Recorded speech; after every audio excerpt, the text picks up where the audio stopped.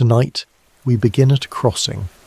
Not a dramatic mountain pass, not a romantic cliff edge, but a wet, muddy slab of island where the water slows down just enough to be monetized. King John's castle stands here in the River Shannon, where the current narrows, deepens, and decides who gets to do business, and who pays for the privilege. This is not a site chosen for its sunsets.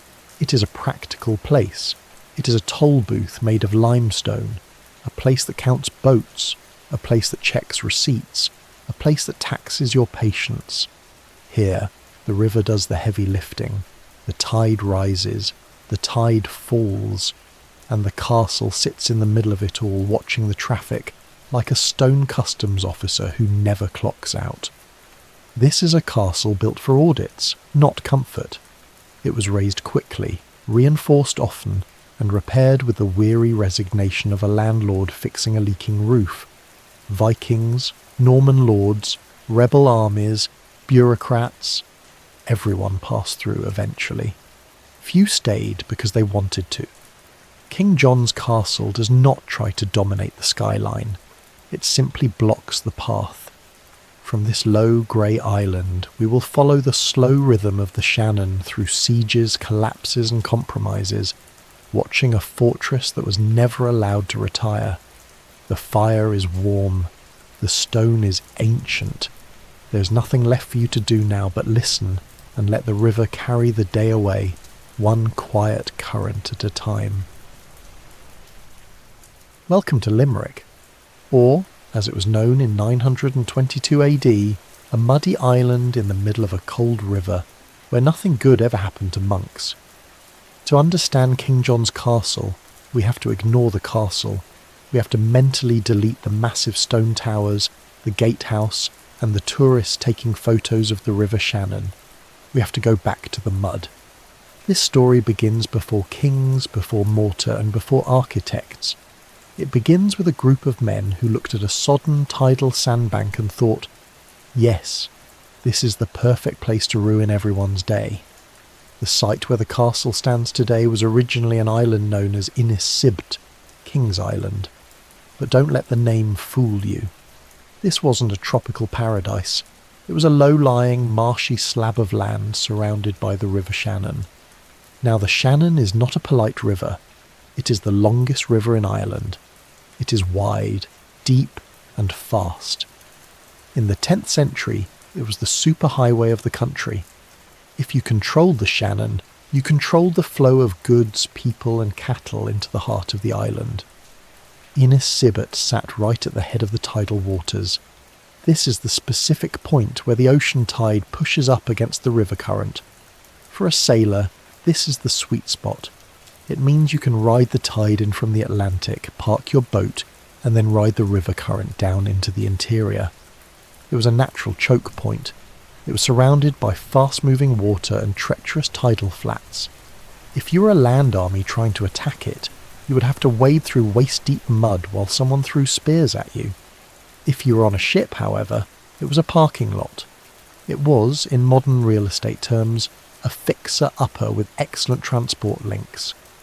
In the year 922, a man arrived to claim this real estate. His name was Thormodr Helgason. History calls him a Viking sea king. This sounds romantic, like he was a mystical warrior poet who spoke to the ocean. In reality, Thormodr was more like a highly aggressive logistics manager. He wasn't here for the scenery, he was here for the market share. Thormodr led a fleet of longships up the Shannon estuary. He didn't want to conquer the land. Vikings weren't interested in farming potatoes or paying property tax. He wanted a base. He needed a secure location where he could park his ships, repair his hulls, store his loot, and rest his men before the next business trip. He looked at Inis Sibt. He saw the mud, he saw the river protection, and he established a long fort. A long fort is exactly what it sounds like, a ship port. But it wasn't a city, it was a fortified camp. Imagine a cross between a military barracks and a shipyard, built entirely out of wet timber and smelling of tar, unwashed wool and fish. Thormodur's men drove massive oak stakes into the mud to create a D-shaped enclosure. They built earthen banks reinforced with wattle fences. Inside, they built long, low timber halls, barracks for the crews. They built warehouses to store everything they stole, silver chalices, bolts of cloth, barrels of wine and slaves. This wasn't a castle, it was a forward operating base. It was a distribution centre for plunder. For Thormodur Helgason, Innis Sibbert was the office. The work happened upriver. The Shannon gave the Vikings direct access into the centre of Ireland, specifically to the rich monastic settlements like Clonmacnoise. Now, we tend to think of monasteries as holy places. Thormodur thought of them as TMs that didn't require a pin code. They were unguarded, full of gold, and run by pacifists. It was almost insulting how easy it was. The Vikings would launch from Limerick, row up the river, raid a monastery, burn what they couldn't carry and be back at the Longfort in time for dinner. It was a commute. For decades, the Limerick Vikings were the terror of the Midlands. They turned the Shannon from a river into a weapon. They struck deep into the countryside, appearing out of the mist, taking what they wanted, and vanishing back to their muddy island before the local Irish kings could even put their boots on. For a long time, this was just a story in the annals. We knew the Vikings were there, but we couldn't see them. But mud is a miraculous thing. It is anaerobic. It has no oxygen. This means bacteria can't survive to eat wood or leather. Mud doesn't destroy history. It pickles it. In the 1990s, during renovations at King John's Castle, archaeologists dug down beneath the stone courtyard. They went down through the 17th century rubble. They went down through the medieval clay. And suddenly, they hit the 10th century. They found the sunken floors of Norse houses. They found timber revetments, the river walls, still standing where Thormodur's men had driven them 1,000 years earlier. They found amber beads. They found combs made of bone. And they found silver coins. Think about that. A Viking stood on this spot, perhaps haggling over a sword or betting on a dice game, and dropped a silver penny into the mud. He probably swore in Old Norse, looked for it for a minute, and then gave up. 1,000 years later, a trowel scraped the dirt and the sun hit that silver for the first time since the Dark Ages. It proved that the mighty stone castle wasn't just built near the Viking city, it was built on top of it. The foundations of the Norman lords are resting on the trash of the Viking pirates. But nothing lasts forever, especially not pirate kingdoms. By the 12th century, the Viking grip was slipping. They had become too comfortable. They'd started marrying locals, trading more than raiding, and generally losing their edge. Enter the O'Briens. The O'Briens were the kings of Thomond, North Munster. They looked at Limerick and thought, "We would very much like that port, thank you." They didn't just raid it. They took it. The Irish captured the city. They burned the Viking timber halls, partly to clear the ground, and partly because burning things is a traditional way of announcing new management in medieval Ireland. The O'Briens fortified the site, but they were still thinking in terms of earth and timber. They understood that whoever held this island held the key to the Shannon. They sat on the throne of Thormodur Helgason, counting the tolls from the ships. But across the Irish Sea in England, a new force was gathering. A force that didn't believe in timber forts. A force that liked stone, bureaucracy, and heavy cavalry. The Normans were coming, and they were bringing a man named John who had a serious inferiority complex and a very large budget. By the late 12th century, the Vikings were history and the O'Briens were nervous. The Normans had arrived in Ireland, and they were rolling across the country like a heavy armoured steamroller. But they had a problem. They had taken Dublin. They had taken the east coast, but the west, the wild, rugged kingdom of Thomond across the Shannon, was still defiant. They needed a doorstop. They needed something that would hold the door to the west open permanently. Enter Prince John. You probably know Prince John. He is the villain in every Robin Hood movie. He is the thumb-sucking lion in the Disney cartoon. History remembers him as John Lackland, petty, paranoid, cruel, and generally incompetent. But history often forgets one thing. John was actually a very enthusiastic administrator. He loved paperwork, he loved collecting taxes, and he absolutely loved building castles. Before he became the King of England, his father, Henry II, made him the Lord of Ireland. It was essentially a training job. Henry sent John to Ireland in 1185 to sort things out. John's first visit was a disaster. He reportedly pulled the beards of the Irish kings, which is a diplomatic faux pas in any century. But his second instinct was sharper: build. In 1200, now King John, he looked at the map of his Irish possessions. He saw Limerick, he saw the Shannon, and he issued an order that would change the skyline forever. He didn't want a wooden fort. He didn't want a long fort. He wanted a statement. He ordered the construction of a massive, state-of-the-art stone fortress. It was an order given by a man sitting in a palace in London, signed with a wax seal, and sent across the Irish Sea to a group of muddy masons who probably sighed and said, "Why here? Why spend a fortune on a castle at the edge of the known world?" Because of the bridge. The castle wasn't just a box to put soldiers in, it was built to guard the bridge across the Shannon. This bridge was the only dry crossing point for miles. If you controlled the bridge, you controlled the trade, you controlled the armies, you controlled the money. King John's castle was essentially a glorified toll booth with murder holes. It was designed to choke the economic life out of the O'Brien kings until they submitted. Here is the punchline of the entire project. King John's castle. It is named after him. His statue is there. The tourists buy fridge magnets with his face on them. But King John likely never set foot inside the finished building. He ordered it in 1200.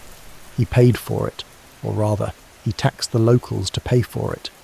He obsessed over the details. But when he finally returned to Ireland in 1210 to crush some rebellious Norman lords, the castle was still a building site.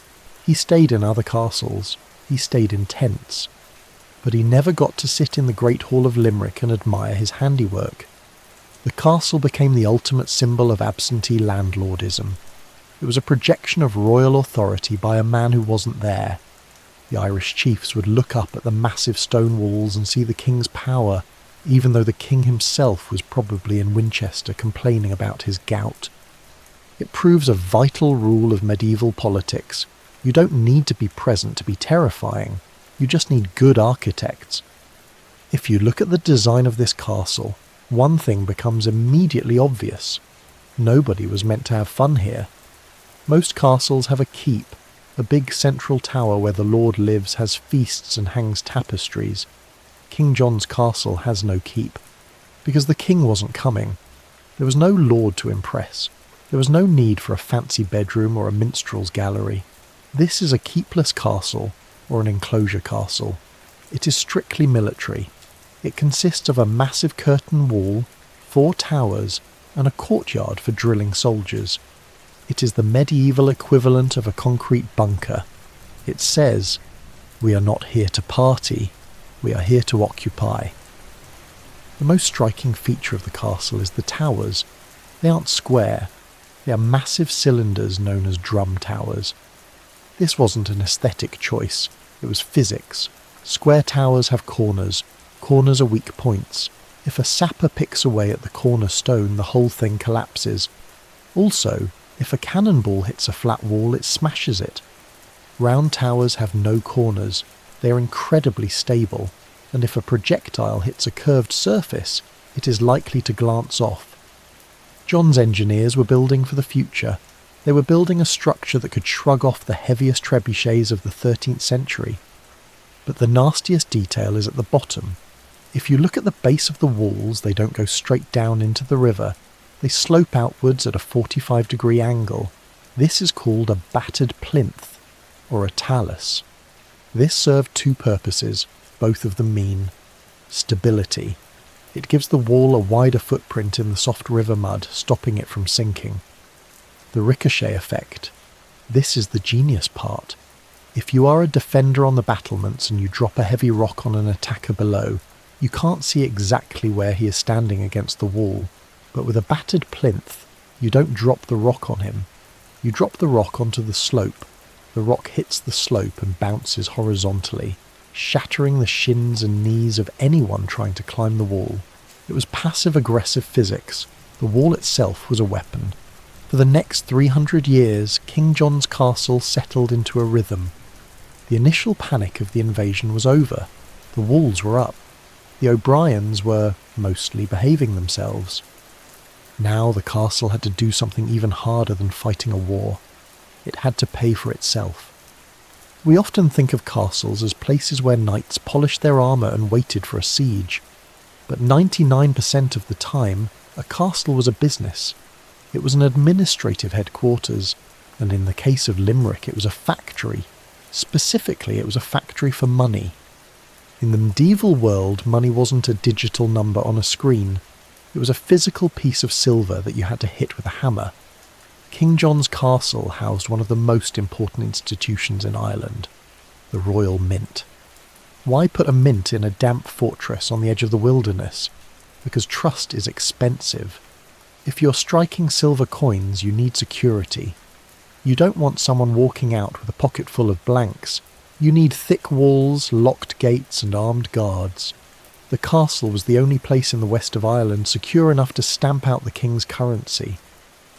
Let's stand in the castle courtyard in the year 1295. It is noisy, but it isn't the noise of battle. It is a sharp, metallic, rhythmic clang. Under a wooden shelter against the curtain wall, men are working. These are the moneyers. They are sweating, even in the cold, damp air. The process is brutal and precise. A strip of silver is heated until it is soft. It is cut into round blanks with shears.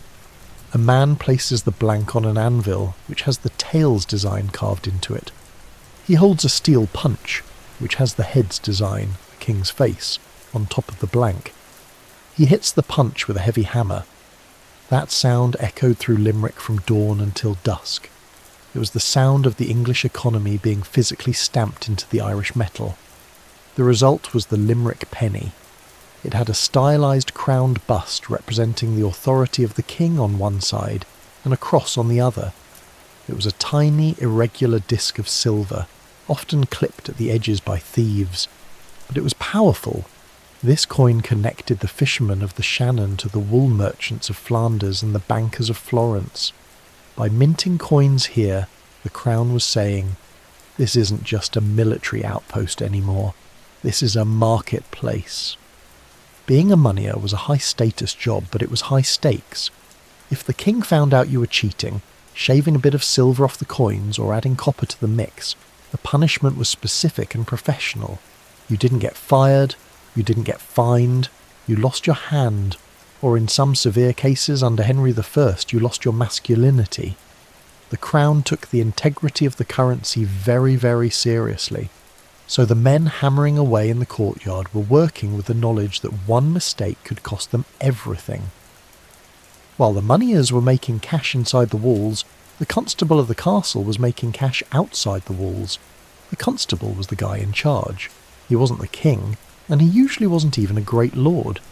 He was a career civil servant with a very large set of keys. His main job? Traffic control. The River Shannon flows right under the walls of the castle. If you look at the design, the towers loom over the water. This wasn't just to stop invaders, it was to stop tax evaders. Every ship that sailed up from the Atlantic carrying French wine, Spanish salt or English iron had to pass the castle, and the castle had a water gate. You can imagine the scene. A merchant ship tries to drift past quietly at high tide. Suddenly a heavy chain is raised across the river, or a boat rows out from the castle dock with 10 archers. The merchant stops. The constable's clerk climbs aboard. He checks the manifest. He calculates the tax, the prize. He takes 2 barrels of wine for the king and 1 for himself. Then, and only then, is the ship allowed to pass. The castle was a customs house. It was a parasite on the river trade. It existed to suck a percentage of wealth out of every hull that floated by. For the merchants of Limerick, the castle wasn't a protector. It was a mafia protection racket that you couldn't say no to. This is the great deception of King John's castle. It looks impressive from the outside, but inside it was miserable. Archaeologists and historians have noted something strange about Limerick. There are almost no high-status domestic buildings. In other castles like Trim or Bunratty, you find massive great halls with beautiful windows, private solars with fireplaces and intricate latrines. In Limerick, the domestic buildings were practically sheds, because the king never came, and because the constable was just an employee, rotated, replaceable and not expected to grow old here. Nobody spent money on decor. There were no tapestries to stop the drafts. There was no glass in the windows, just wooden shutters that banged in the wind. The floors were packed earth covered in rushes that were changed when someone remembered. This is the trade-off of the castle. It is the most uncomfortable hotel in Ireland, but it is the only place where you can sleep without worrying about a raid from the O'Briens. It is a working military machine, grim, damp, and functional. It was a warehouse for violence, waiting for the day when the hammer would stop striking coins and start striking helmets again. By 1642, the medieval world was dying. We were entering the era of muskets, pikes, and complicated religious arguments. King John's castle had stood for 400 years. It had survived the O'Briens. It had survived the Bruces. It had survived the weather. Its massive drum towers were designed to deflect the heavy rocks of trebuchets. But in the summer of 1642, it faced a new threat. It wasn't a king. It wasn't a dragon. It was a group of very determined men with shovels.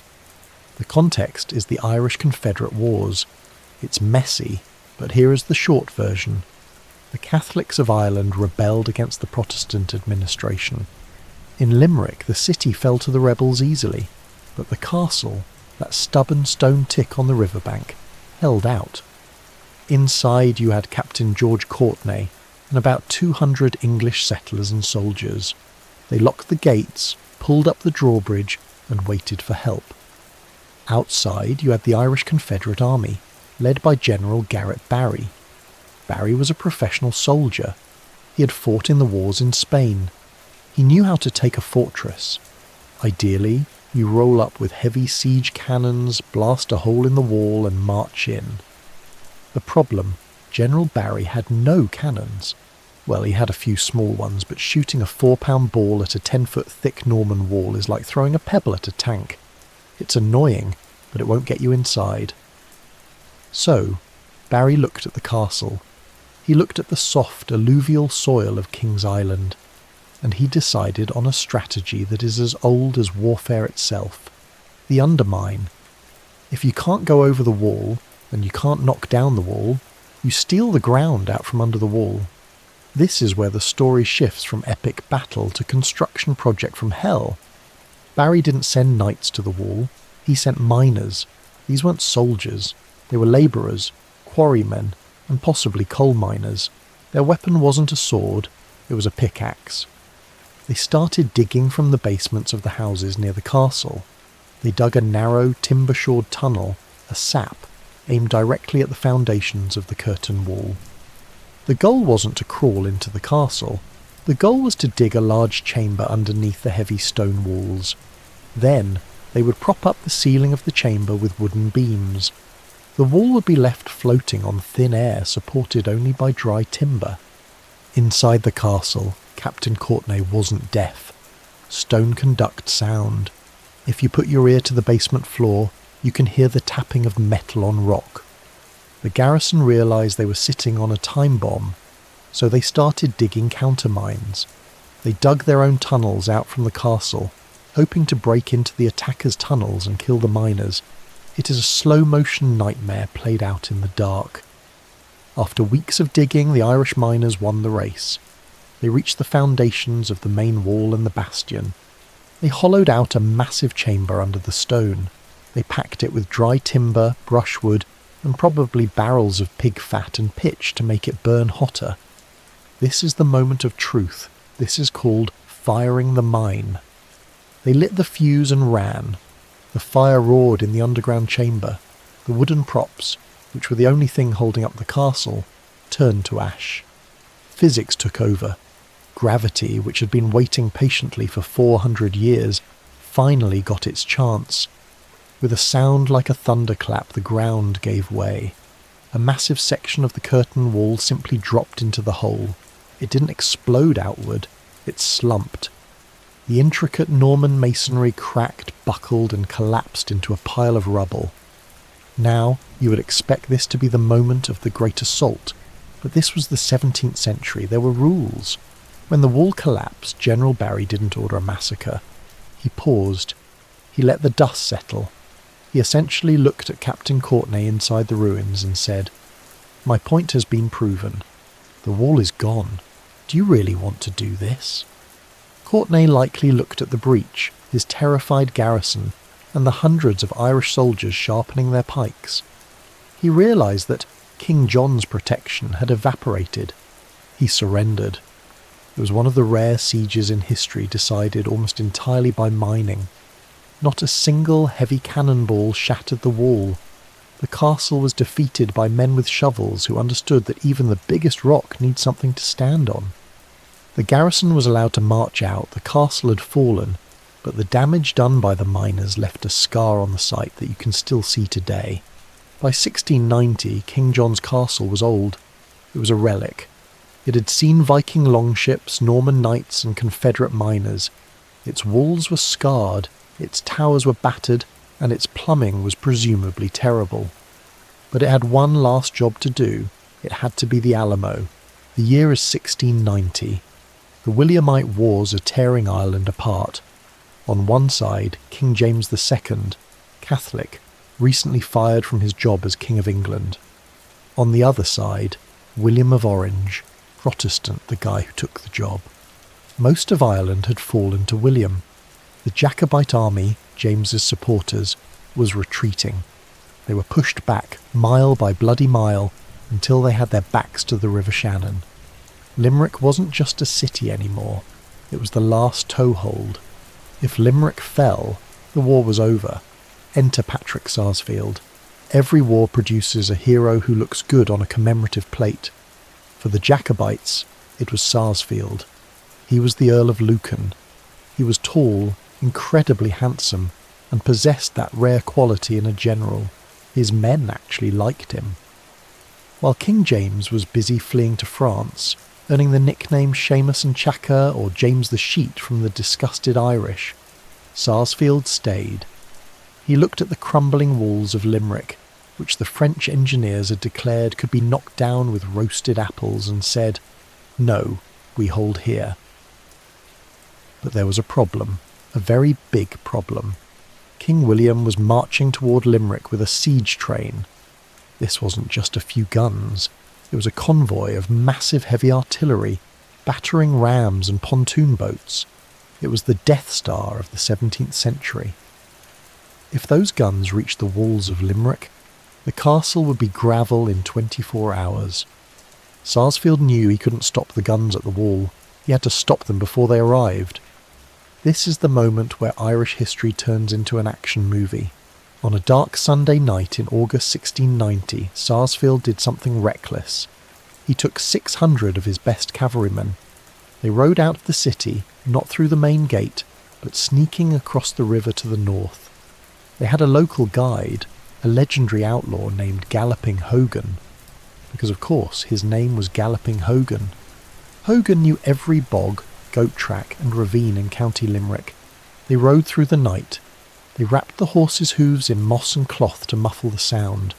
They circled wide, riding deep behind the enemy lines into the Silvermine Mountains. They located the Williamite siege train camped at a place called Ballinety. The Williamites were relaxed. They were miles from the front line. They thought they were safe. They had set the password for the night camp. And here is the irony that proves history has a sense of humour. The password they chose for that night was Sarsfield. Let's stand in the long grass at Ballinety. It is 2 a.m. The Williamite sentries are bored. A figure emerges from the darkness on a horse. The sentry challenges him. Who goes there? Give the word. Patrick Sarsfield smiles, draws his sword and roars, Sarsfield is the word, and Patrick is the man. 600 cavalrymen charge out of the darkness. The camp is overrun in minutes. The Williamite gunners flee in their nightshirts. Now Sarsfield has captured the guns, but he can't tow them back to Limerick. They are too heavy, so he decides to erase them. He orders his men to bury the massive cannons nose down in the earth, like fence posts. He fills them to the brim with gunpowder. He piles the tin pontoon boats on top. He lays a fuse. When that fuse burned down, it didn't just make a noise, it made a geological event. The explosion was so massive it was said to have split the heavens. It shattered the cannons. It vaporized the supplies. The windows rattled in Limerick City, miles away. Sarsfield rode back to the castle as a legend. He had bought the city another year of survival. But you can't fight gravity forever. The Williamites came back in 1691. This time they brought General Ginkell, and they didn't make mistakes. They surrounded the city. They starved it. By October 1691, the game was up. The walls were breached. Sarsfield looked at his starving army and realised that continuing to fight wasn't bravery. It was a fool's last task. He sued for peace. The peace was negotiated on the bridge connecting the castle to the Clarebank of the river. They needed a table to sign the document. They couldn't find one, so someone pointed to a rough, irregular block of limestone sitting by the roadside, probably used for mounting horses. They threw the parchment on the rock. Sarsfield signed it. That rock is still there. It sits on a pedestal in Limerick today, looking incredibly unimpressive for such a heavy object. It is known as the Treaty Stone. The treaty guaranteed religious freedom for Catholics and allowed the Jacobite soldiers a choice: go home and live peacefully, or join the French army and leave Ireland forever. This leads to one of the most poignant moments in Irish history. Most of the soldiers didn't trust the British to keep their promises, and they were right. The treaty was broken almost immediately, earning Limerick the nickname the City of the Broken Treaty. So 14,000 men chose option 2. They chose exile. Let's stand on the docks of Limerick in late 1691. The mist is hanging over the Shannon. A fleet of French ships is waiting in the estuary. 14,000 men are marching out of King John's castle. They are carrying their muskets, their flags, and their dignity. But they are leaving their land. They are leaving their wives, their children, their farms. They are walking onto wooden ships that will take them to France, where they will form the famous Irish Brigade. They became known as the Wild Geese, because they flew away, but they always dreamed of returning. As the ships pulled away, the wailing from the women and children left on the shore was said to drown out the sound of the wind. The castle fell silent. The mint stopped hammering. The drawbridge was raised. King John's castle ceased to be the centre of Irish resistance and became just another British barracks. The war was over. The Vikings were gone. The Normans were gone. The wild geese were gone. Only the stone remained.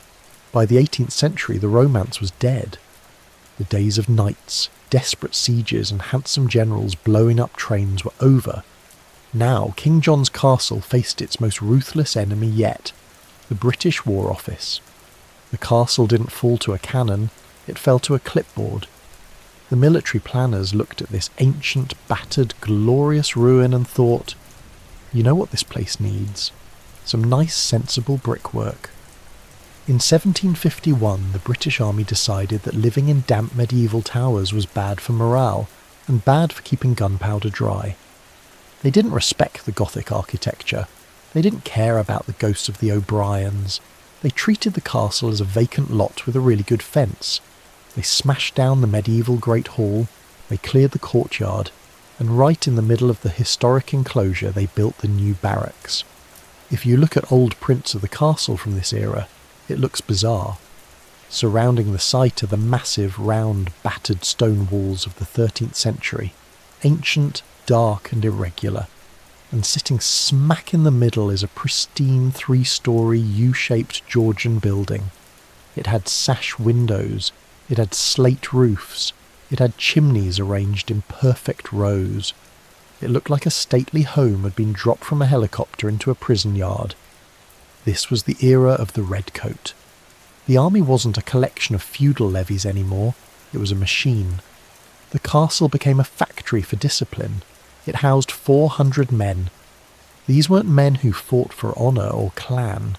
They fought for a shilling a day and a pension. Let's step into the barracks in 1840. The chaos of the medieval castle is gone. The smell of wood smoke and roasting pig is gone. Now, the air smells of boot polish, beeswax and cabbage. It is a world of aggressive cleanliness. Inside the brick blocks, 400 men are living in long dormitory rows. They are folding their blankets into perfect squares. They are polishing their brass buttons until they gleam.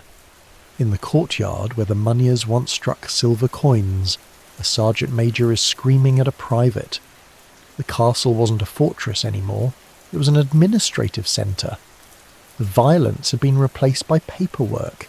The excitement had been replaced by the peel of a potato. But the strangest chapter in the castle's life began in the 20th century. After the Irish Free State was established, the British Army marched out. The barracks stood empty. But Limerick had a problem. It had a housing crisis. And here was a massive, secure site right in the middle of the city. So the local government did something practical yet surreal. They turned the castle into a council estate. They demolished the Georgian barracks and built rows of small, modest terraced houses inside the castle walls. Stop and think about that image. You're a postman in 1950s Limerick. You have a letter to deliver. You walk up to the massive 13th century gatehouse with its murder holes and arrow slits. You walk through the archway where kings and generals once rode, and inside, instead of knights or soldiers, you find Mrs. Murphy hanging her washing on a line attached to a medieval turret. For 50 years this was just a neighbourhood. There are people in Limerick today who grew up inside King John's Castle. They played football against the 12-foot thick curtain wall. They used the drum towers as clubhouses. They complained about the drafts just like the Norman soldiers did 700 years earlier. It is a beautiful human reminder that history isn't just a museum exhibit. Life goes on. The fortress that was built to keep people out ended up being the only thing keeping these families warm. The terror of the site has completely evaporated. The machine for war has been tamed by the most powerful force in the universe, domesticity. In the late 1980s, the decision was made to turn the castle into a heritage site. This was controversial. It meant moving the families out. It meant demolishing the council houses. It meant stripping the site back to the bone. But when the archaeologists arrived, they realised that the castle had one last secret to tell. When they pulled down the modern houses and peeled back the concrete of the courtyard, they didn't just find dirt. Because the castle had been occupied continuously for 800 years, nobody had ever really dug down. They just built on top of the previous layer. It was a layer cake of Irish history. At the top were the council houses, beneath them the British barracks, below that the siege rubble of 1642, then the medieval courtyard of 1210, and at the very bottom the Viking streets of the 10th century. They found the actual timber posts of Thormodr Helgason's long fort. They found the tunnel General Barry's miners had dug in 1642. The castle wasn't just a building, it was an archive. King John's Castle was never a fairy tale. It was a machine. It was a factory for stamped silver. It was a warehouse for seized wine. It was a processing plant for soldiers. For 800 years this island hummed with the noise of logistics, but every machine eventually gets turned off. The lights have gone out. The gears have stopped turning. The steam has cleared. The shouting of the sergeants and the haggling of the merchants have evaporated into the damp air. It is strangely peaceful to see a place that was built for stress finally getting some sleep.